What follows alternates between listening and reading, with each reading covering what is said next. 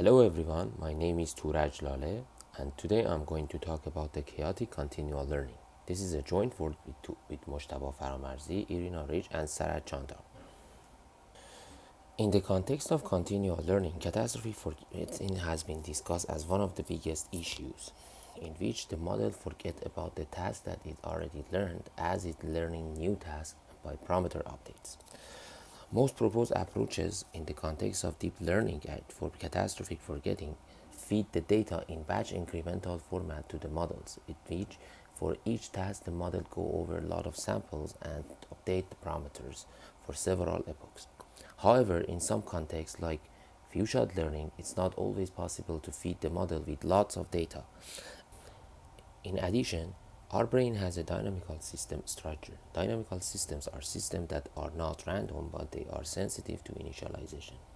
Inspiring from the chaotic structure of the brain, many approaches like ChaosNet has been proposed to avoid the parameter updates and backpropagations. However, most of those approaches could not compete with the deep neural network since they go over lots of data for several epochs in batch incremental setups. We try to apply the same concept in the context of continual learning and especially stream learning, in which we don't have a lot of data and time to go over the data for several epochs in each task. Generalized Lurie series has been used in many domains, including cryptography. In this series, function f describes a state of the system at time t. So, for example, if we give initialization value and the time steps and share an encrypted image, it will be possible to decode this image. Since neurons can work based on series of firing or not firing signals, we use two dynamical mapping, SQ10 and SQ binary, to mimic this behavior of this mapping. As you see this formula, where B controls the space of the attractor, setting C equal 1 and A is equal -1 give SQ10, and C equal B and A equal 1 gives SQ binary.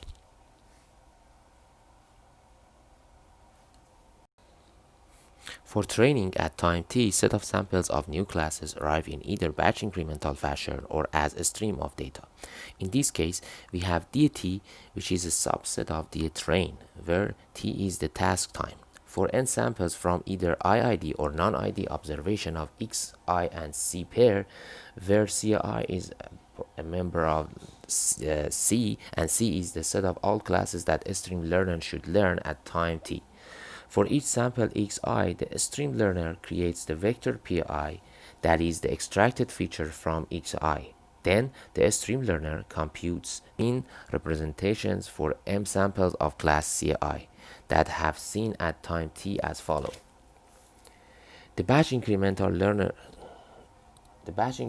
learner with its samples in several epochs. Therefore, GLS learner should compute a new vector for each I and appends it to the batch incremental representation as follows, as you see. For reply buffer, instead of keeping examples in the buffer, GLS stream learner keeps either MBCL or MSL for batch incremental or stream learning setup. Assume few X extract features for a sample X member of X test. The GLS predict the target as the cosine similarity distance of V and MC vector, which could be either MBSL or MSL for batch incremental or stream learning respectively. For the experiments, we compare a vanilla deep neural network with the GLS stream learner in the task of image classifications.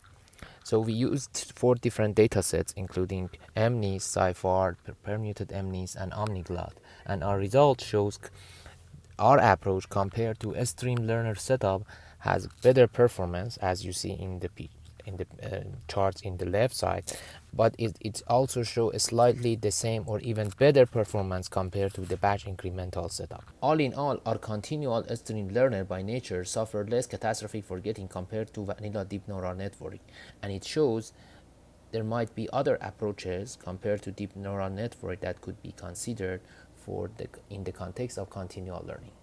For further detail, please look at our paper and we would be happy to respond to any questions you have. Thank you so much.